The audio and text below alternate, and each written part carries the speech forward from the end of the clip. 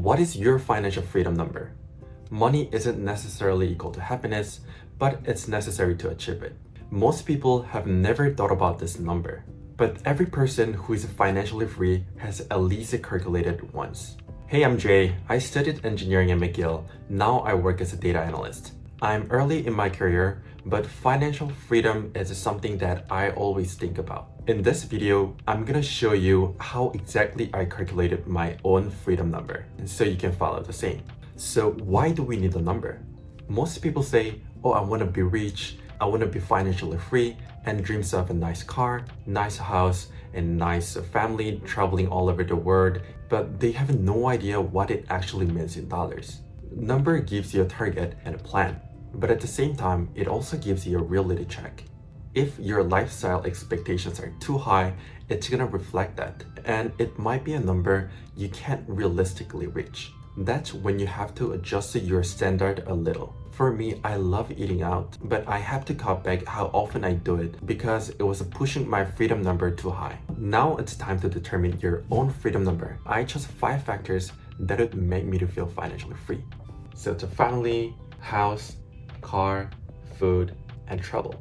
So family is actually the main reason why I want to be financially free. I've been always dreaming of 2 children and I want to support their dream. So whenever they want to become something, I want to be financially supporting them. Basically, I want to avoid the situation that my children give up their dream because of the money. So I set my budget to $30,000 per year per person. So 2 children would be $60,000 per year. For a house, I'd feel happy if I have a 3-bedroom and 2 bathrooms. But based on my calculation, it's gonna cost less than $1 million. So with the 20% down payment, property tax, insurance, and everything else, it's gonna be $60,000 per year. For car, my dream car is a Tesla, especially FSD. So there's actually a funny story why Tesla became my dream car. So I was driving the other day and a Tesla was in front of me and I was behind it for about 30 minutes. But the brake light never turned on, not even once. When I pulled up right next to it, I looked over, I saw the guy with his arms crossed. He was so relaxed, no stress at all. Ever since then, Tesla has been my number 1. So that comes to $24,000 per year. The next one is food. I'll be so happy if I can go out at least 2 times per month. So it's gonna be $150 per person. And for grocery, I think I'm gonna use just $1,500 per month. So that's the maximum I would use. So everything comes to $32,000 per year. For travel, I love traveling too. So I set 2 travels business class plus hotel, and I actually looked it up and calculated. So it's $7,000 per person. So it's gonna come to $56,000 per year. Altogether, my freedom number is $232,000. And if I round it up with the miscellaneous cost, it's gonna be $240,000. Then I apply 4% rule. So it's basically saying if I spend 4% of how much I invested in, it's gonna feel just nothing. So that would be $6 million in investment. Then I'm gonna also apply 3% flat inflation for 10 years because I'm gonna plan this for 10 years. So that's gonna come to $8 million. $8 million, it's actually a very aggressive number, but it's not really impossible to get it. So now it's time to plan it. As I said, $8 million in 10 years is nearly impossible, only if I work for a company.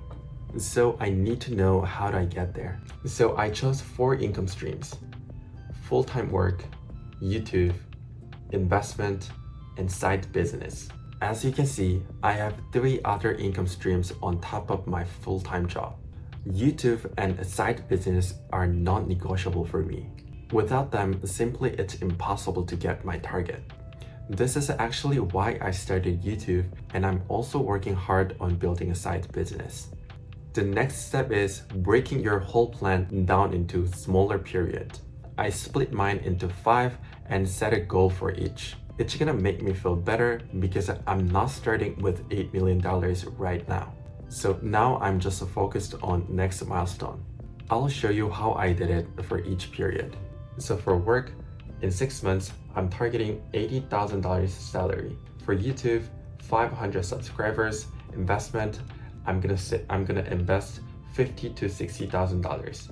For side business, I'm targeting $1,000 per month. For 1 year, for work, $90,000 a salary.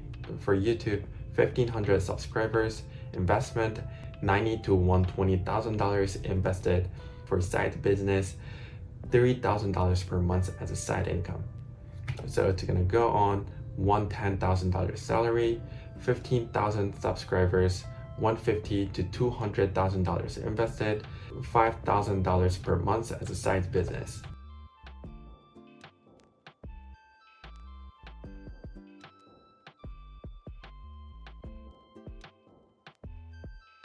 So the point is, you need to know what you have to do to reach your financial freedom number.